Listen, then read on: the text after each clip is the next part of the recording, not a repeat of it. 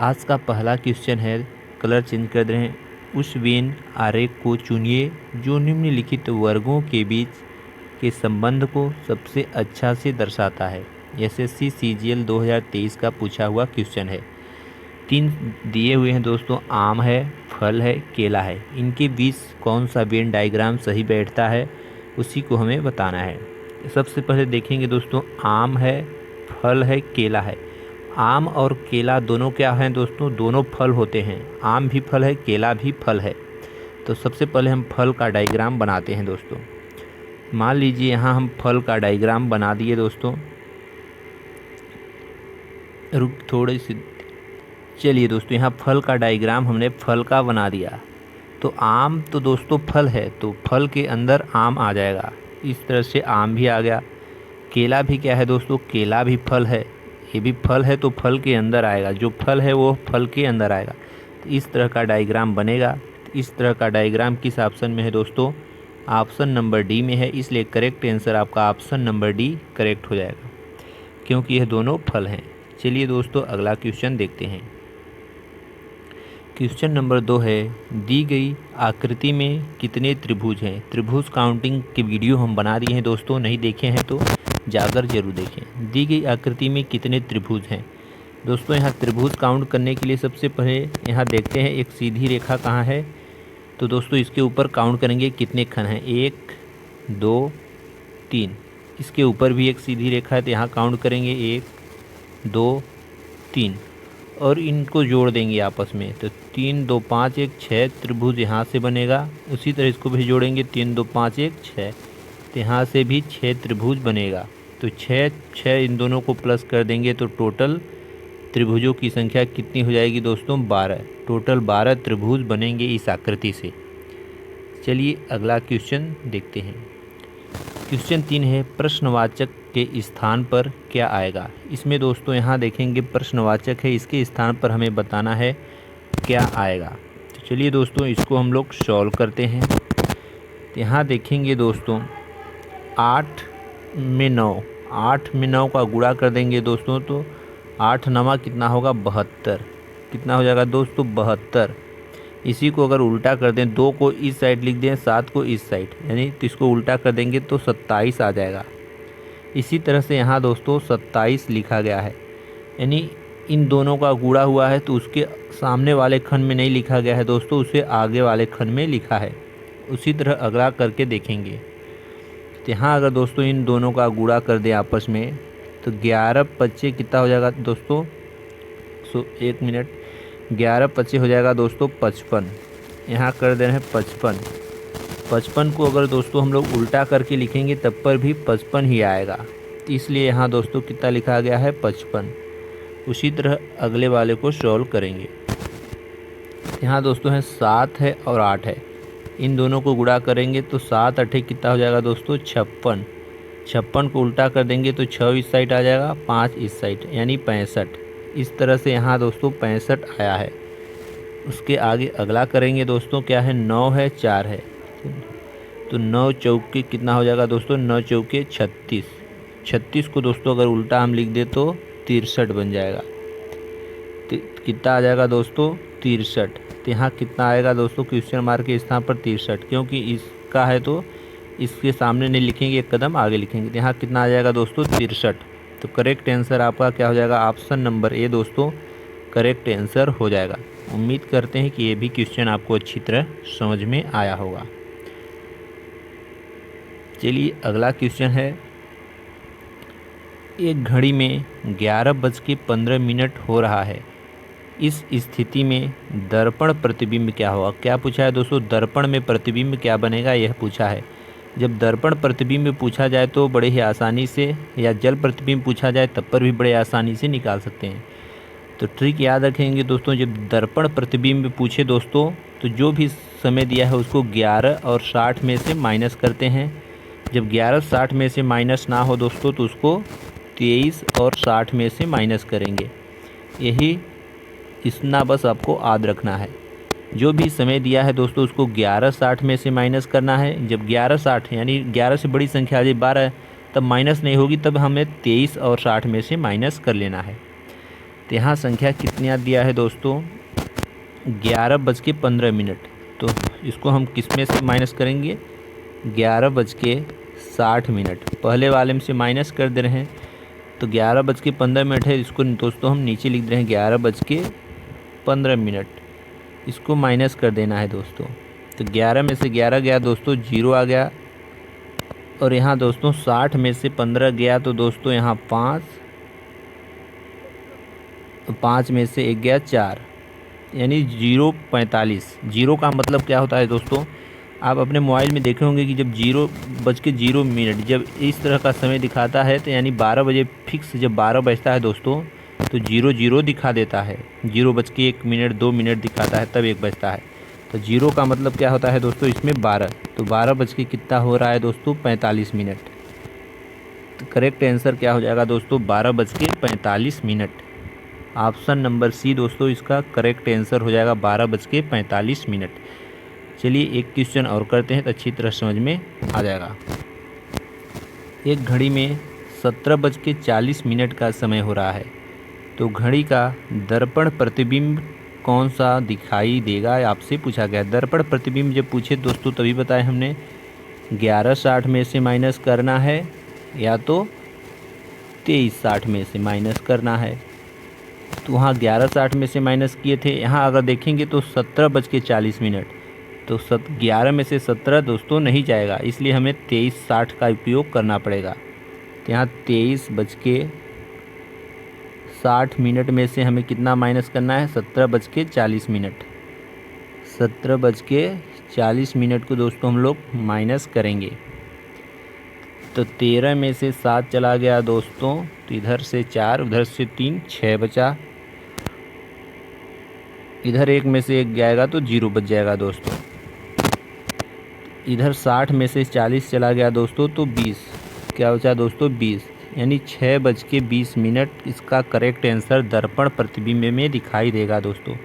तो 6:20 option number B में है, इसलिए करेक्ट आंसर आपका option number b correct answer हो जाएगा। उम्मीद करते हैं कि सारे क्वेश्चन समझ में आ रहे होंगे। तो वीडियो को लाइक, चैनल को सब्सक्राइब जरूर करें दोस्तों। देख सकते हैं एनटीपीसी 2022 का पूछा हुआ क्वेश्चन है। यहाँ दिशा से संबंधित है दोस्तों, तो थोड़ा सा हम आपको दिशा के बारे में बता देते हैं। जैसे यहाँ हो गया दोस्तों दिशा, इसको क्या बोलते हैं, पूर्व दिशा। ये हो जाएगा दोस्तों पश्चिम, ऊपर वाला हो जाता है उत्तर, नीचे वाला दक्षिण। इस तरह से होता है दोस्तों। चलिए, यदि गांव ए गांव बी के पश्चिम में स्थित है, गांव ए जो है दोस्तों गांव बी के पश्चिम में, बी के पश्चिम में है दोस्तों। तो अगर हम यहाँ बी बना लें तो बी के पश्चिम में, पश्चिम इस साइड होगा दोस्तों। बी के क्या बोला है, गांव ए जो है गांव बी के पश्चिम में, तो बी का पश्चिम इस साइड हो जाएगा, क्योंकि पश्चिम दोस्तों इधर होता है, इस स्थित है। और बोला गांव सी जो है गांव ए के दक्षिण में स्थित है। गांव ए के दक्षिण में, ए का दक्षिण किधर होगा दोस्तों, इधर हो जाए, इस साइड दक्षिण होता है। गांव ए के दक्षिण में स्थित कौन है दोस्तों, सी स्थित है, तो सी यहाँ आ जाएगा। और गांव डी कहाँ स्थित है दोस्तों, गांव सी के पूर्व में स्थित है। गांव सी कहाँ है, गांव सी यहाँ है। सी का पूर्व दिशा कौन होगा दोस्तों, इधर हो जाएगा पूर्व। कौन स्थित है दोस्तों पूर्व दिशा में, आपका डी स्थित है। तो पूछा क्या है, तो गांव डी गांव ए के सापेक्ष किस दिशा में स्थित है। गांव डी दोस्तों गांव ए के सापेक्ष, यानी इसके सापेक्ष किस दिशा में स्थित है, हमें बताना है दोस्तों। चलिए हम बड़े आसानी से इसको सॉल्व कर सकते हैं। चलिए दोस्तों, यहाँ हम बना दिए हैं। तो देखा क्या पूछा है, गांव डी को बता रहा है, गांव डी को पूछा गया है गांव ए के सापेक्ष किस दिशा में। गांव ए है, ए के सापेक्ष किस दिशा में है दोस्तों, इस तरह से तिरछा है।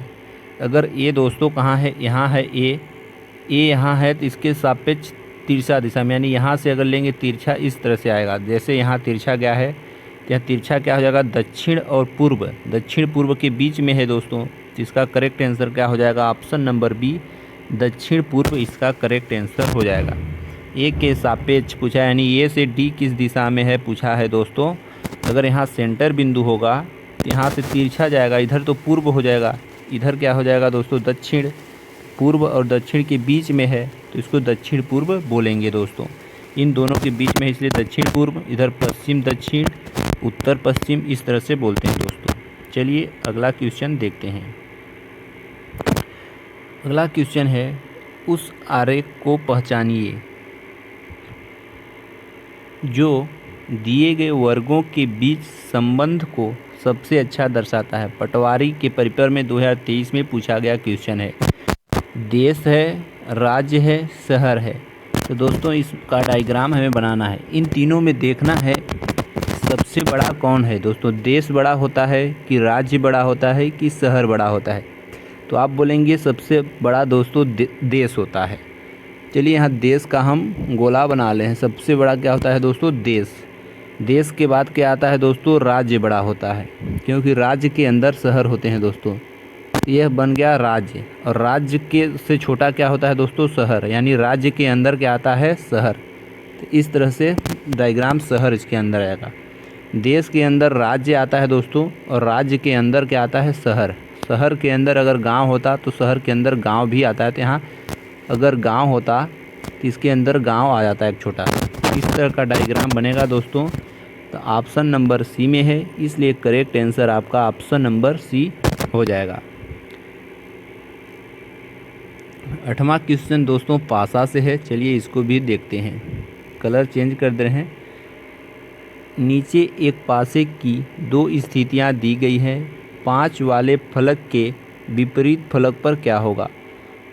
एसएससी सीजीएल का पूछा हुआ क्वेश्चन है दोस्तों। इतना आसान क्वेश्चन एसएससी सीजीएल में भी कभी कभी आ जाता है दोस्तों। 5 वाले फलक के विपरीत पूछा है, यानी 5 के विपरीत पूछा है दोस्तों। तो इसमें देखेंगे दोस्तों 5 कहाँ है। 5 दोस्तों यहाँ है, 5 यहाँ है दोस्तों। तो इसमें कॉमन ढूंढते हैं। जब 2 पास आ जाए तो कॉमन।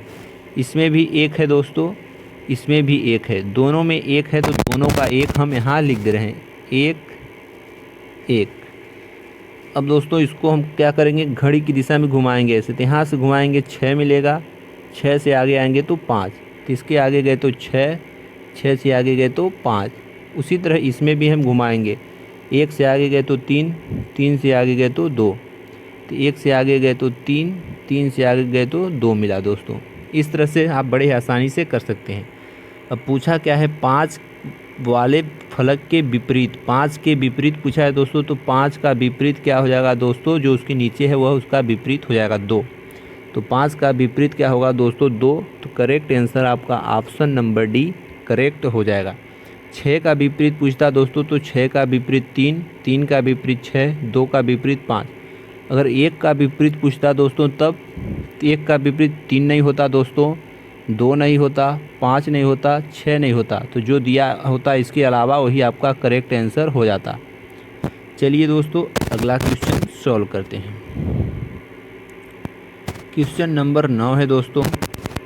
एक निश्चित कूट भाषा में HEG को 804 लिखा जाता है, JFD को 720 लिखा जाता है। उसी कूट भाषा में JDK को कैसे लिखा जाएगा आपको बताना है दोस्तों। JDK को हमें बताना है दोस्तों। MTS 2023 का पूछा हुआ क्वेश्चन है। सबसे पहले देखेंगे इसका संबंध और इसका संबंध जब मेल खा जाए उसी संबंध से हम इसको पता करेंगे। HEG है दोस्तों, इसको सबसे पहले देखेंगे।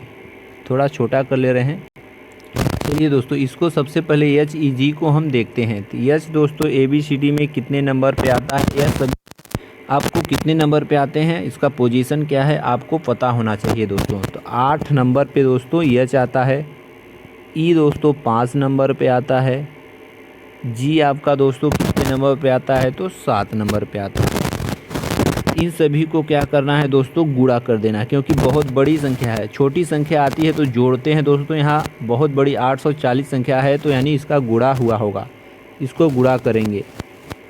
इसको अगर गुणा कर देंगे दोस्तों तो कितना आएगा, चलिए देखते हैं। 8 पंचे 40, 40 में अगर 7 का गुणा कर दें दोस्तों तो कितना हो जाएगा, 7 चौके 28, 280 आ रहा है। लेकिन यहाँ 840 है दोस्तों। तो इसमें 3 अंक हैं दोस्तों। तो हम इसका 3 से एक बार गुणा करके देखते हैं कितना आता है। अगर इसका 3 से गुणा कर दें दोस्तों तो 8 त्रिक 24 की 4, हाथ की 2, 3 दूना 6, 2 8, 840 आ जा रहा है दोस्तों। इसका गुणा करने पर कितना आ गया दोस्तों 840, और 840 यहाँ भी है, यानी इनके अंकों का गुणा करके दोस्तों 3 का गुणा किया गया है। चलिए अगला को देखते हैं, अगला बैठ जाए तो अच्छी बात है। JFD है, JFD को 720 लिखा गया है, यहाँ लिखते हैं JFD। तो जे दोस्तों कितने नंबर पे आता है, तो जे बोलेंगे 10 नंबर पे आता है। एफ कितने नंबर पे आता है दोस्तों, तो एफ आपका 6 नंबर पे आता है। गुणा हुआ है तो बीच में गुणे का साइन लगा दे रहे हैं। डी दोस्तों 4 नंबर पे आता है। इसमें भी हम 3 का गुणा किए हैं दोस्तों, तो इसमें भी हम 3 का गुणा कर दे रहे हैं साथ में।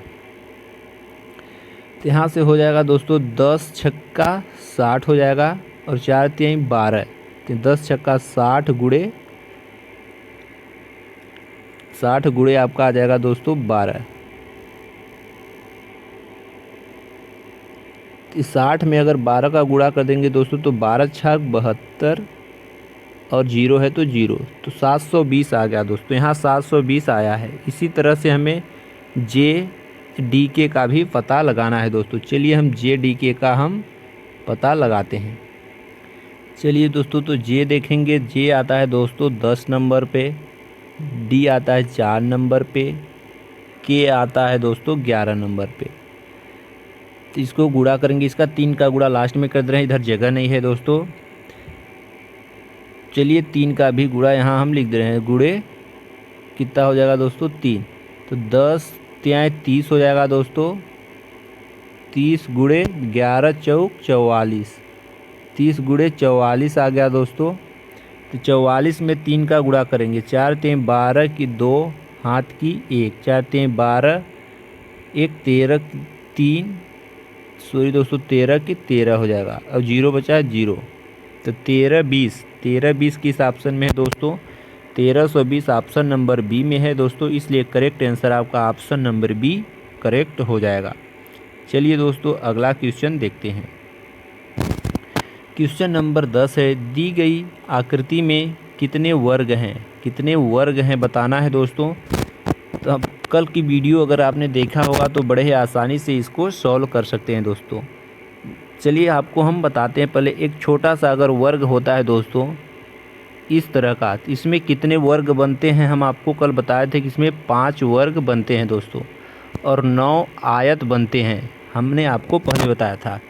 तो इसी तरह से दोस्तों इसमें भी एक छोटा सा बीच में है, तो इसमें 5 वर्ग तो यहाँ से बन जाएंगे, और एक बड़ा सा है दोस्तों, तो इसमें भी 5 वर्ग यहाँ से बन जाएंगे। तो टोटल कितने वर्ग हो जाएंगे दोस्तों 10 वर्ग, क्योंकि छोटा वाले में 5 बनेंगे और बड़ा वाले में 5, तो 5 गुणे 2 हो जाएगा दोस्तों। तो 5 दूनी 10 वर्ग बन जाएंगे।